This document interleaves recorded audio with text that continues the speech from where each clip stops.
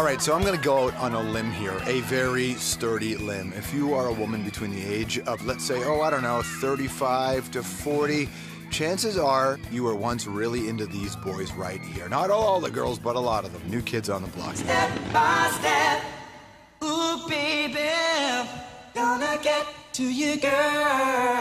As Diablo Cody, the screenwriter of Juno, once put it, the New Kids may have single-handedly triggered the onset of puberty in some people. Now, for many of you, your favorite New Kid was this guy right here, Jordan Knight. Jordan was a pretty normal kid. Grew up in an Irish Catholic hood in Boston, attended a high school in an African-American neighborhood, went to church, liked hockey, breakdancing. But life at home was hardly run-of-the-mill. His folks ran what was essentially a foster home, but not just for kids, for people who couldn't take care of themselves. Jordan grew up with them, and you gotta think that had an impact on the rest of his life. Now, when he was in grade 8, he joined what would become New Kids on the Block, and we all know they became huge. More than 80 million records sold, 10 top 20 hits. Lots of haters, no doubt, allegations of lip syncing, lawsuits, and crazy rumors. They said you had a sex change or something like that. What is that? So, how'd they keep from losing it? How'd they keep from getting done in? We'll find out. In the end, with rap and grunge on the rise, the New Kids disappeared from view. We do it our way. Who gives a damn about what critics say? Jordan lost his way a bit, says he hit his own rock bottom. Now Jordan's back on the block and reunited with the New Kids, and they're set to launch another tour. He started a family, and he's refocused on his solo career, carving out a new life with and without the New Kids. Tell me you love me, girl.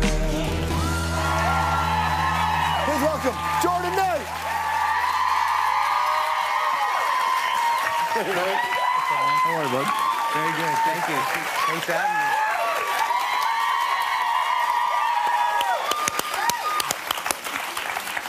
What's going on? Nothing much. Wow, I just walked in, I'm like, oh my goodness. This is the show. You got it going on in here, man. People are excited to see you. I love it. I love it. A New Kids Backstreet Boys tour is like the Beatles and Stones together for that genre of music, right? For that genre. Well, how does that happen? It was, well, we did a show together. We did a performance together, impromptu, and we did it at Radio City Music Hall. And we were trying to make a splash for the end of one of our tours, and we were at Radio City Music Hall, and we were like, who's in town? This one, that one. The Backstreet Boys. The Backstreet Boys are in town. That's interesting. Had you had relationships with them before? Did you guys know? Were you friends? Was it a rivalry? No, it was never a rivalry because they came a little later. It was kind of like they were kind of an ode to us. It was like, oh yeah.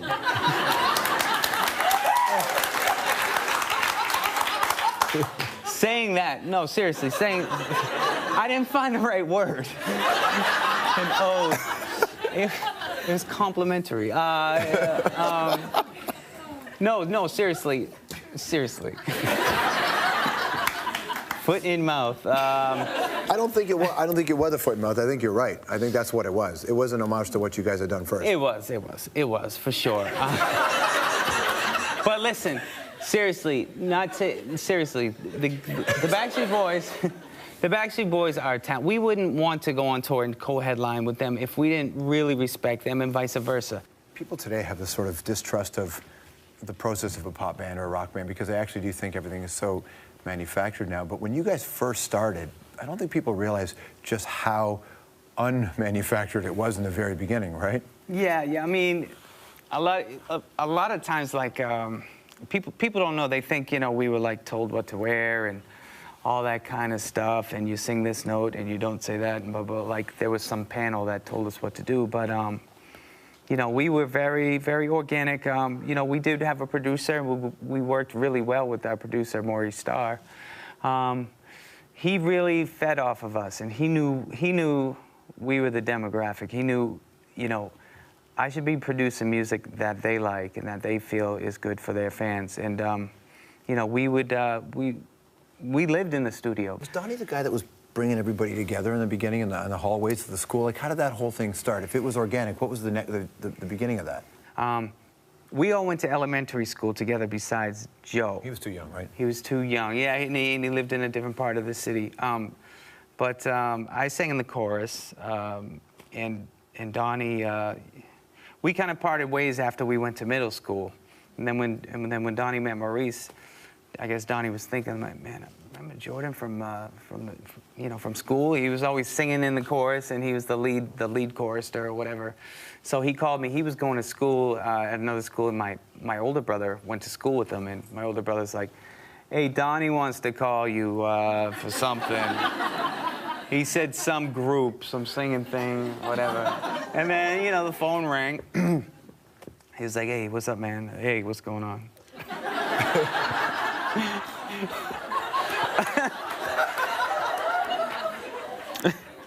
He was like, "Dude, yo, I gotta..." "I'm in this group, right?" I was like, "Yeah, who's in the group?" "Just me."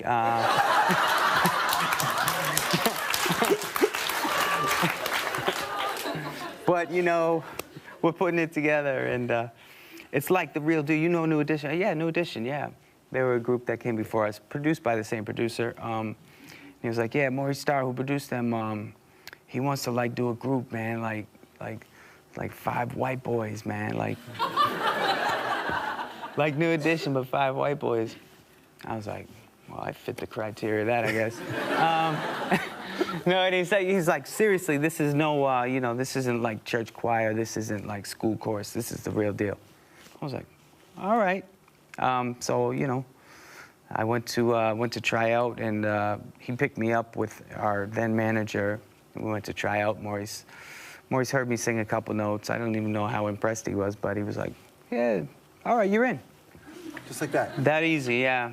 It's incredible, like how your life changed, how pop music changed, how everything changes with something as simple as, yeah, you're in. I know, and so cool. It's crazy. Like, you have to work hard, but there is an element of luck. They say the harder you work, the luckier you get, and I believe that's true. When that explosion hit, when you guys became so huge, how did you handle it versus how some of the other guys did? I handled it, I kind of, I tend to go into a shell. So the good thing about us is that, we had each other. We had somebody right next to us that was going through the exact same thing. So, I think a lot of times when you see stars out there, a lot of them are solo stars that get in trouble or start messing up and taking drugs and stuff like that because they're doing it alone. I think part of the reason you might be able to handle some of that stuff is because of your upbringing. I think if people don't really know that you were in a foster home, but it was your mom. Like, it wasn't like you weren't in a foster home, but you were in this home that people were coming in and out of all the time. Right. I was the youngest of 6 kids, and there was usually around 4 or 5 foster kids that, so all of us would be there together. I think, there was mentally ill people in my home. There was elderly people in my home that my mom took care of. One of the guys that was basically part of your extended family was an African-American kid, right? And Boston's a notoriously racist town. Did you ever experience any of that? My brother is black. Yeah, I mean, we experienced racism. We would go to, an ice rink, and my parents were, they didn't care. We were going to South Boston to skate, and we're bringing Chris. We'd come out and our tires be slashed. How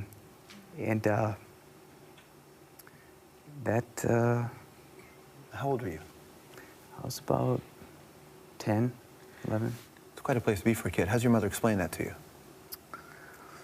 I think she didn't really have to explain because we knew that the racism, because I lived in a house that was diverse. No one had to explain. I didn't have to know that there's no difference. Yeah. I didn't have to know. I knew it. I didn't have to be taught it. It's an interesting place to be as a musician because you get out there and you're able to expose what you believe in to other people. Did you ever feel like going on stage and talking about it? And I know you have talked in your private life about it. No, as you see, it's a little difficult for me to talk about, so I don't talk about it much. Well, I'll go back to something in the late 80s, 1989, a Boston TV interview. Take a look at this. Do you think you'd ever split up or anything? Do a Bobby Brown. Well, for today with New Kids on the Block, you never know what's going to go. Well, our group, it's best that we stick together because it's the combined thing that makes us work so good, Everyone's different, and that makes us so good, I think. It's too hard to tell. If one person leaves the group, I think it would never be the same. So we're going to stick together. There you go. WBZ TV. Is that? It looks like Tom Bergeron from Dancing with the Stars. It is. That's him. Yeah. In the late 80s, his TV show in Boston. Right. He's a Boston guy, yeah. We saw him when we did Dance with the Stars with the Backstreet Boys. We were talking about that, actually. And the little kid, that's my nephew. Yeah, Matt, yeah. All right, stick around. We're going to have Anthropology with Jordan right after this.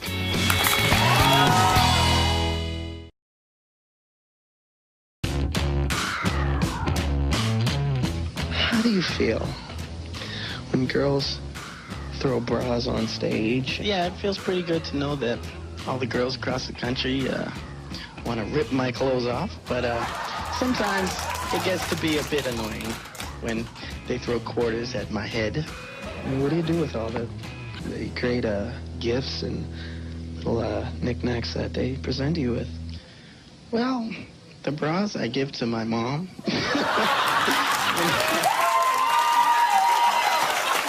1989.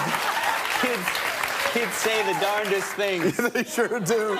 They sure do. All right, so you judge Cover Me Canada. What was your favorite Canadian song? Hallelujah. It's a great song, isn't it? Yeah, it's a great song. It's a great song, and when people do it right, it's even better. Are there songs that are just so powerful that a singer shouldn't even go near? That song is very powerful.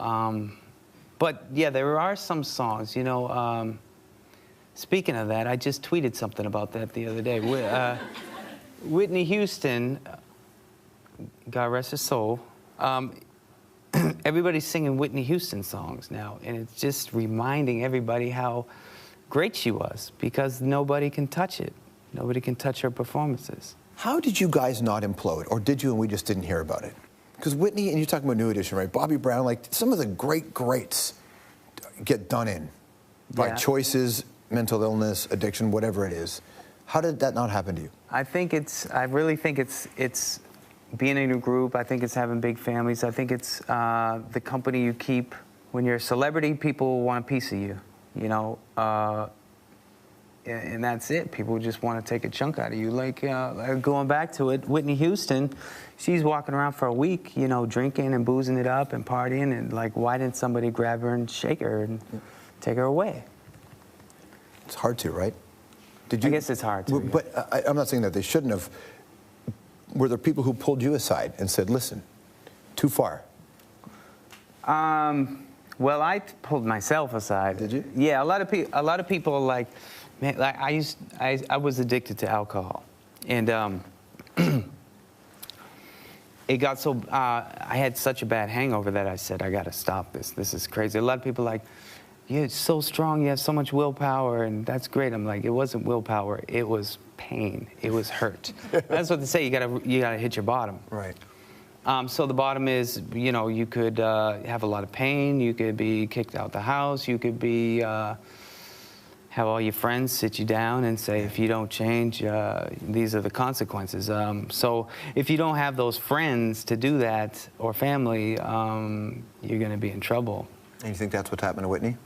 I think that's what happened to Whitney, yeah. You must be in a pretty good space now, though, aren't you? Yes, yeah. I am. Doing the whole reunion has brought new joy. People say, like, you know, will you ever go through a midlife crisis? The reunion solved that. I mean, you know, coming back with the new kids. Hey, man, I'm young again. So that and doing the solo record, you know, having a great family, 2 kids and a wife, you know, it's just, life is good. When you were young, you couldn't, I mean, you had to be everybody's boyfriend. You had to be the guy, right? True. Yeah, yeah. We kind of still have a little, you know, thing.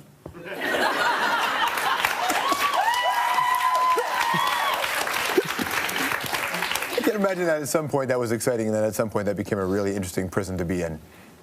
No, I like it.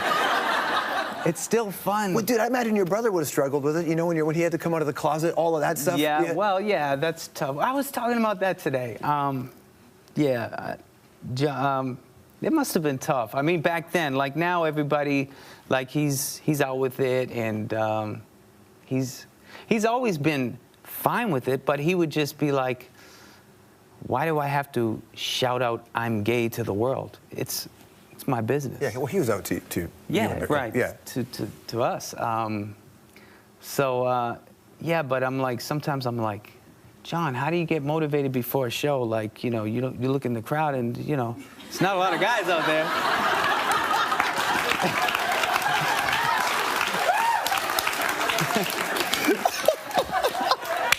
What would he say?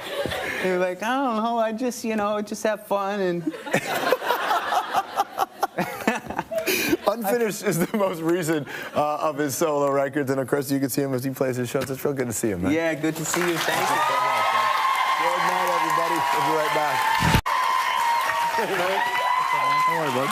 Very good. Thank you. Thanks for having me.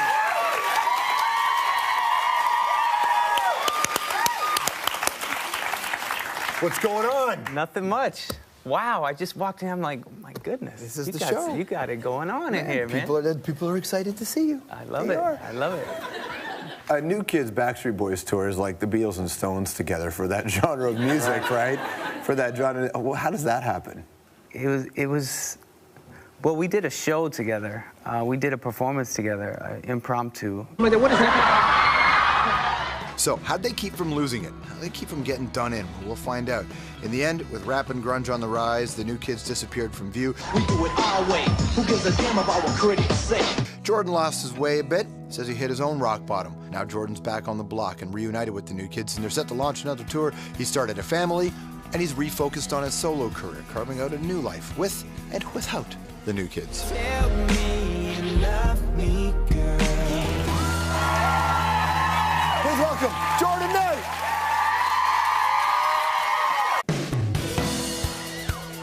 All right, so I'm going to go out on a limb here, a very sturdy limb. If you are a woman between the age of, let's say, I don't know, 35 to 40, chances are you were once really into these boys right here. Not all the girls, but a lot of them. New Kids on the Block. Step by step, ooh, baby, gonna get to you, girl. As Diablo Cody, the screenwriter of Juno, once put it, the New Kids may have single-handedly triggered the onset of puberty in some people. Now, for many of you, your favorite New Kid was... And we did it at Radio City Music Hall.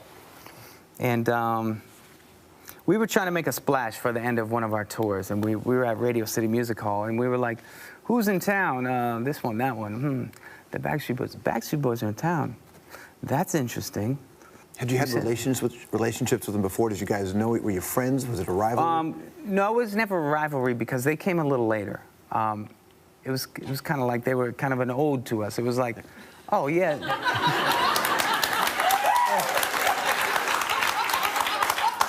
Saying that. This guy right here, Jordan Knight. Jordan was a pretty normal kid. Grew up in an Irish Catholic hood in Boston, attended a high school in an African-American neighborhood, went to church, liked hockey, breakdancing. But life at home was hardly run-of-the-mill. His folks ran what was essentially a foster home, but not just for kids, for people who couldn't take care of themselves. Jordan grew up with them, and you gotta think that had an impact on the rest of his life. Now, when he was in grade 8, he joined what would become New Kids on the Block, and we all know they became huge. More than 80 million records sold, 10 top 20 hits. Lots of haters, no doubt, allegations of lip syncing, lawsuits, and crazy rumors. They said you had a sex change or something?